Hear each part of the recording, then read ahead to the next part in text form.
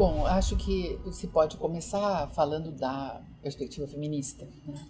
Na verdade, aqui no Brasil, praticamente o movimento feminista, ele aparece, ele se afirma quase que junto com, quer dizer, ele incide, sob certa forma, com o período da ditadura, né, no nosso período ditatorial, e eu poderia dizer assim como que a possibilidade de afirmação dentro das universidades, nas escolas, tem muito a ver com o momento em que se faz a abertura, por sinal dos anos 70, por aí, tanto por estudiosos e militantes que viviam aqui, como por gente que está voltando de exílios para fora, né?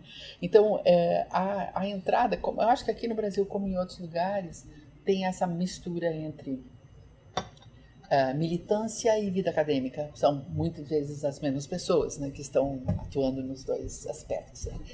Mas a tua pergunta, eu acho que, se tu me permite, eu vou contar um pouco, apoiado, como a gente já tinha falado antes, até um pouco minha própria história na caminhada que vai destes interesses por estudos das mulheres, estudos de gênero, para sexualidade e teoria queer, né?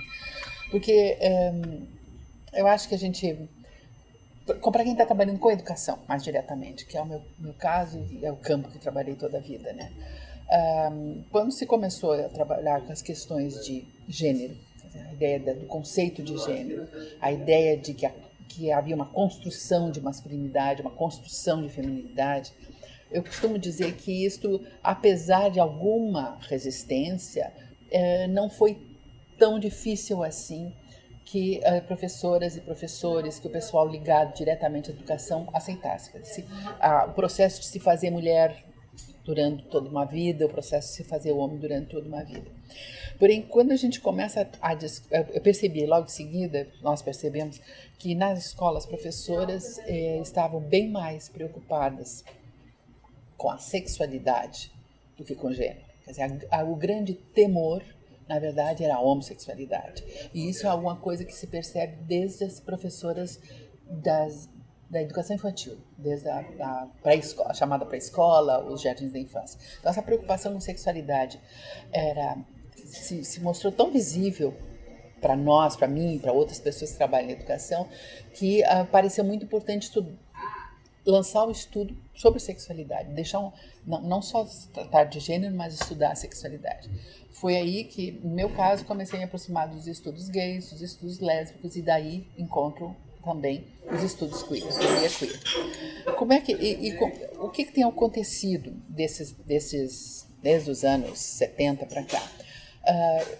Muito frequentemente foram se construindo grupos e núcleos de estudo de mulher ou de gênero em várias universidades, em várias instâncias acadêmicas. Como a gente conversou antes, havia uma tendência também desses grupos ficarem meio isolados. Eles algumas vezes sofriam uma resistência ou uma crítica explícita, outras vezes, como é o caso do nosso grupo, eu acho que a gente não pode dizer que tenha tido não tinha tido qualquer impedimento para se desenvolver, mas também não tinha muita possibilidade de contaminar o resto. Quer dizer, a gente ficava fazendo um trabalho um pouco isolado, quer dizer, um pouco dentro da universidade, mas ali grupos de mulheres que estão estudando o gênero. Quase sempre foi isso, mulheres estudando o gênero, né? No caso da educação, nosso trabalho se fez, como eu disse, a princípio muito voltado para os estudos de gênero, mas em seguida com a preocupação de sexualidade, e acho que fui eu mesmo que tive esse contato com a teoria queer e começo a me preocupar um pouco com as possibilidades de juntar dois campos que eu acho que são extremamente distintos. Toda a ideia da proposição desconstrutivista que vem para os estudos queer, com a proposta da educação, que é muito mais construtivista e muito mais disciplinadora e normativa. Então, para isso eu tenho dedicado meu tempo, faz alguns anos para cá, né? A tentativa de juntar esses dois campos, de ver o que das proposições não sei se a gente pode dizer proposições queer, das ideias, das noções queer, o que dessas noções podem ser utilizadas no campo da educação. A gente, dentro desse grupo, no grupo de estudos de educação e relações de gênero da URGS, essa linha se tornou, esse campo de estudos, essa perspectiva se desenvolveu, talvez tendo um pouco mais de acolhida, porque nós estávamos já numa perspectiva pós-estruturalista. Então, a ideia de trabalhar com autores e autoras pós-estruturalistas permitia, e eu acho que permite, algum diálogo com o queer, né? Justamente por causa de trabalhar com Foucault, eu não trabalho com Lacan, mas eventualmente algumas pessoas trabalham com Lacan, mas na verdade assim, é Foucault, é Derrida, é a ideia da desconstrução. Isso dá para fazer algum diálogo do ponto de vista teórico, mas do ponto de vista prático é muito complicado, porque a gente tem que admitir que a professora ou professor em sala de aula, ele precisa ter algumas certezas, ele precisa ter algumas decisões que a discussão, que os estudos queer, que sugerem tanto a ambiguidade, a ambivalência, o questionamento, não favorecem. Então, efetivamente, apesar de toda essa postura de questionamento, de autorreflexão, de dúvida, que acho que está presente dentro do queer, é indispensável que a professora em sala de aula tenha alguns elementos para trabalhar hoje. Então, uma expressão que eu costumo usar frequentemente é que nós precisamos lidar com certezas provisórias. Quer dizer, a ideia é assim, eu preciso porque eu tenho que dar uma resposta amanhã, segunda-feira, na sala de aula, preciso ter algumas certezas, mas eu tenho que desconfiar das minhas certezas. Acho que esse tipo de postura, esse tipo de comportamento é algo que se pode, que o queer sugere e que me parece importante que entre dentro do campo de educação. Mas a tua pergunta era o que está acontecendo, não tanto o que a gente deseja que aconteça, né? Então, o que eu acho, assim, o que eu poderia dizer? De um lado, tenho participado e sei que está acontecendo no Brasil muitos espaços de discussão. São frequentes encontros com professoras e professores que estão na sala de aula com garotada, crianças e adolescentes, eventos que trazem a discussão de sexualidade, que trazem a discussão de gênero, sexualidade e que eventualmente trazem alguma perspectiva queer nesses encontros. Muitas vezes, quando eu participo, as questões são essas: o que é que eu devo fazer? Como é que eu vou aplicar queer ao currículo, ao dia a dia, né? E um dos problemas ou dos perigos que eu tenho percebido e que acho que também se ensaia por aí é construir o que alguns chamam de uma pedagogia queer, ou ou o que eu acho ainda talvez até um termo até um pouquinho mais complicado, uma educação sexual queer. Porque se a gente for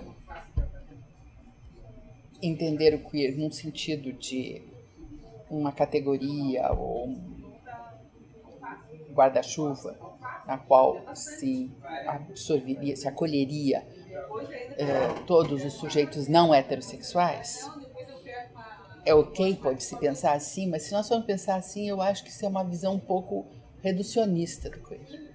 Ela faria com que se colocasse dentro dos currículos das escolas mais uma identidade queer, assim como um conjunto de outras identidades que foram incorporadas no currículo e que às vezes lá ficam assim isoladamente, como nós temos aqui no Brasil a Semana da Consciência Negra, a Semana da Diversidade, o Dia do Índio e tal, dessa forma. Então, eu acho que o que está havendo um esforço e que está sendo feito por algumas pessoas é pensar o queer mais como, eu tenho usado essa expressão, uma disposição política e existencial.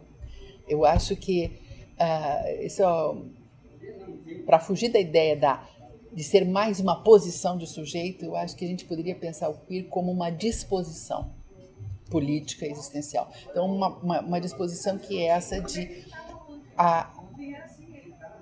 apostar na diferença, a diferença que não necessariamente quer ser incorporada e integrada, mas a ideia de que é possível o entre-lugar, o movimento de trânsito, por exemplo, no campo da sexualidade, no campo do gênero, a ideia do sujeito que de dia está num território, à noite está num outro território.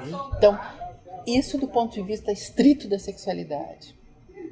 Mas acho que também pode-se usar essa disposição queer para pensar mais radicalmente questões como pensar o conhecimento, quer dizer, pensar o que é impensável, alargar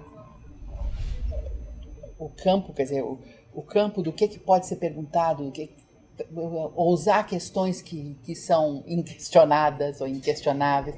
Então, assim, um pouco mais a ideia do queer saindo do campo da sexualidade, mas mais amplamente, quer dizer, essa disposição queer como algo que nos permitiria pensar o conhecimento, quer dizer, provocar o próprio conhecimento, o estranhamento, pensar o queer no sentido de estranhar, mas estranhar o conhecimento, quer dizer, por que isso está no currículo? Quais foram as condições que permitiram que determinados conhecimentos tenham garantido seu lugar respeitável e que deve ser transmitido e que está talvez cristalizado dentro da ciência, e por que, não tanto por quê, mas quais as condições que fizeram com que outros conhecimentos nunca chegassem lá. Os tais saberes subalternos ou saberes desqualificados. Então, acho que algumas pessoas têm discutido esse tipo de caminho para pensar queer.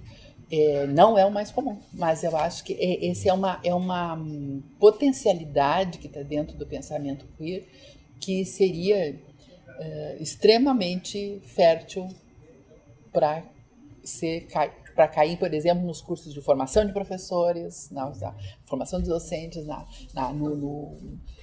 construção do dia a dia de escola. Acho que isso é...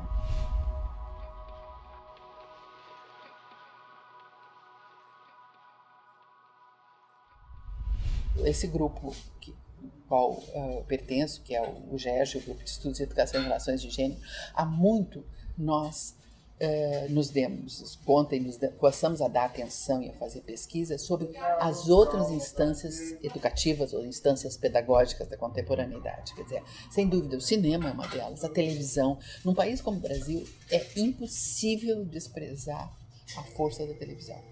A televisão aqui, ela, mesmo nos lugares mais carentes de tudo, tem televisão. Então, a televisão ela é muito importante. Então, seria uma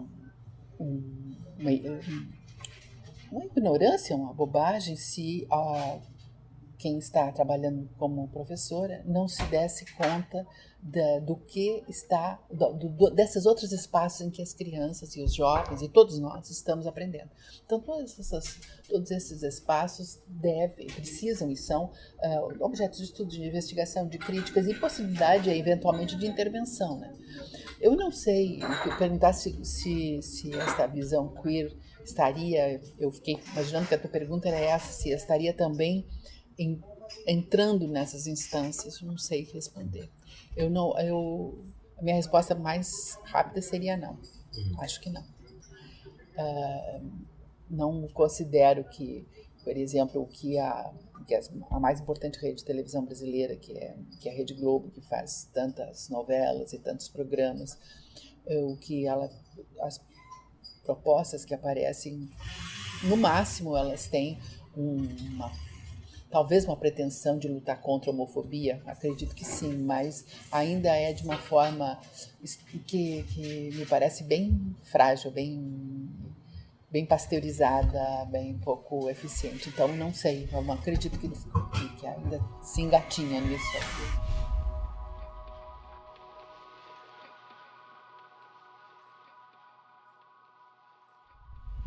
O que eu observo assim, as pessoas que se dedicam a pensar e falam um pouco em teoria queer, entre parênteses, eu gostaria de dizer, seria melhor não usarmos a expressão teoria queer, eu acho. Acho que a gente devia falar em estudos queer. Teoria dá uma ideia de alguma coisa tão organizada e consolidada, que é tão contrário ao espírito queer, que me parece assim.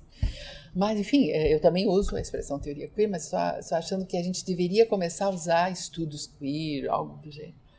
Mas, então, as pessoas interessadas, os parceiros que eu vejo para essas discussões, costumam vir das mais diferentes disciplinas. Então, há uma disposição que talvez seja mais multidisciplinar e, portanto, também se possa espalhar por várias áreas, né? Isto é um ponto. A outra coisa que me preocupa é assim, eu já tive essa experiência com pessoas que se entusiasmam com as ideias queer e pouco depois estão com essa preocupação em levá-las para a educação escolar, acabam por congelar o queer, quer dizer, acabam por tirar dessa perspectiva queer o que ela tem de mais potente, que é essa não conformidade, esse desassossego, né?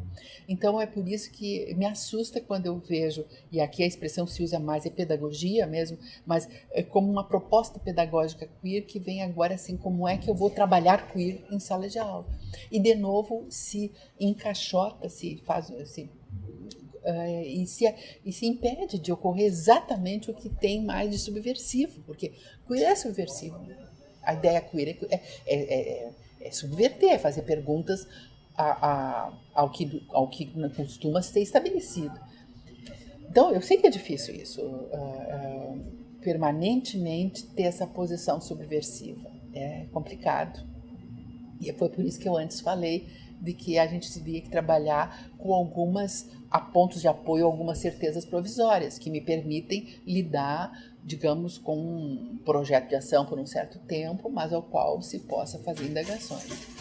Recentemente eu examinei uma dissertação de mestrado que é o que tem sido a minha janela para ver um pouco mais do que está ocorrendo nas salas de aula, porque eu não tenho mais trabalhado com a rede escolar, e vi que há escolas aqui, na minha cidade, aqui em Porto Alegre, a escola trabalhando com cinema, né, em que os estudantes, a garotada adolescente, faz cinema, assim, escreve roteiro, dirige, filma, produz, e tem feito, nesse caso até o exemplo é o tema que essa garotada tomou para fazer a história, fazer seu filme, seu curta-metragem, que ganhou até um prêmio, era homofobia.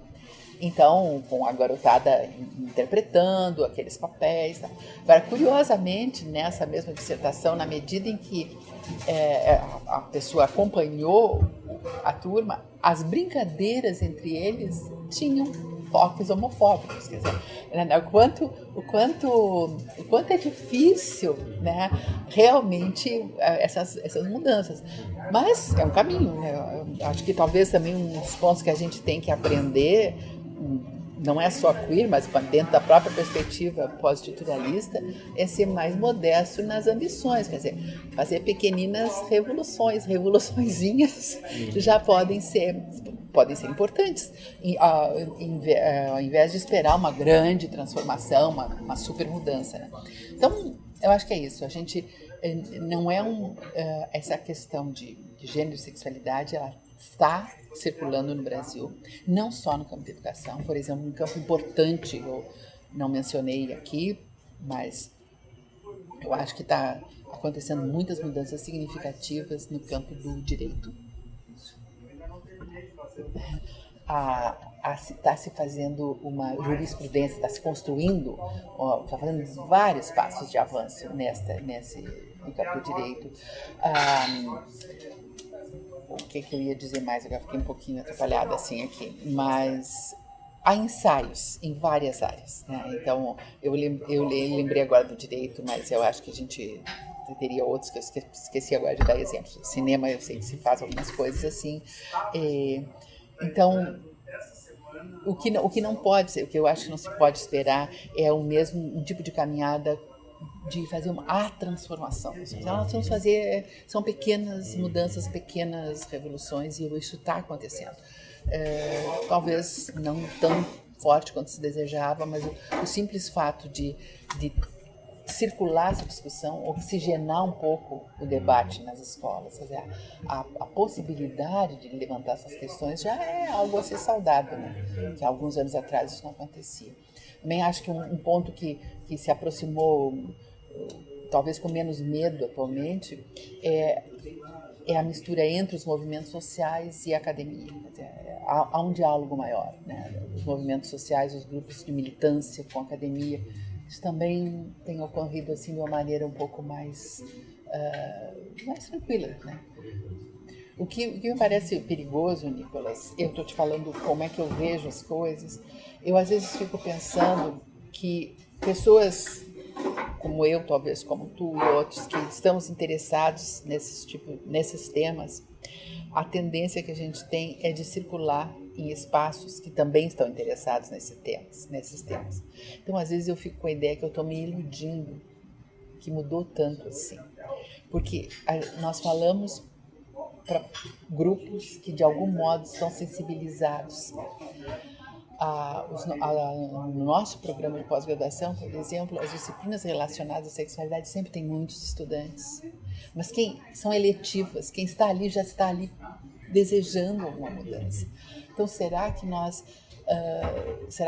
essa amostra que me faz ver com um pouco mais de otimismo as questões no Brasil, não é porque a amostra que eu tenho é uma amostra viciada, porque eu circulo no espaço, né?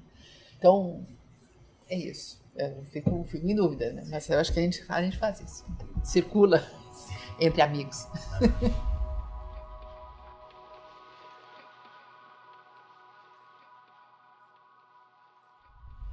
Esse exemplo que eu dei dessa escola, é claro que eu acharia assim, é uma exceção. Essa escola pública que eu disse que estava fazendo cinema. Mas é curioso porque nessa escola, uma professora, inicialmente era professor, e estava num processo de passagem de transgênero. Nas férias de inverno, acho que fez cirurgia, enfim, fez todo o processo de hormônios e tal, e volta como mulher. E a escola estava acolhendo bem, e os estudantes também, os pais. Né? E é nessa escola que tem uma série de atividades ligadas à sexualidade, não por causa desta pessoa sozinha, mas é essa pessoa e algumas. Então, são coisas. E é uma escola pública, não é uma escola toda especial. Então, por acaso, essa professora que é transgênero, fez mestrado lá conosco também, quer dizer, também é uma pessoa que se buscou se apropriar um pouco mais de algum recurso teórico para entender o processo que estava vivendo, para ajudar a entender, para poder viver esse processo, talvez mais amplamente, profissionalmente. Mas, assim, de novo, as coisas dependem, às vezes, de um grupo, um núcleo aqui, outro ali, de algo que tem seus saberes, de algum modo, valorizados, ou que encontra uma direção de escola mais acolhedora, que permite... por aí. Então, algumas coisas são feitas, sem dúvida. Mas eu acho que não dá. Eu não me atreveria a tomar um exemplo deste. Uhum. Como, estamos agora em Porto Alegre. Não, está acontecendo numa escola aqui, outra ali. Em grande maioria não está acontecendo isso. São pequenas coisas. Não é mais de um ineditismo como seria alguns anos atrás. Né? Agora existe. Mas é assim, pequenos movimentos.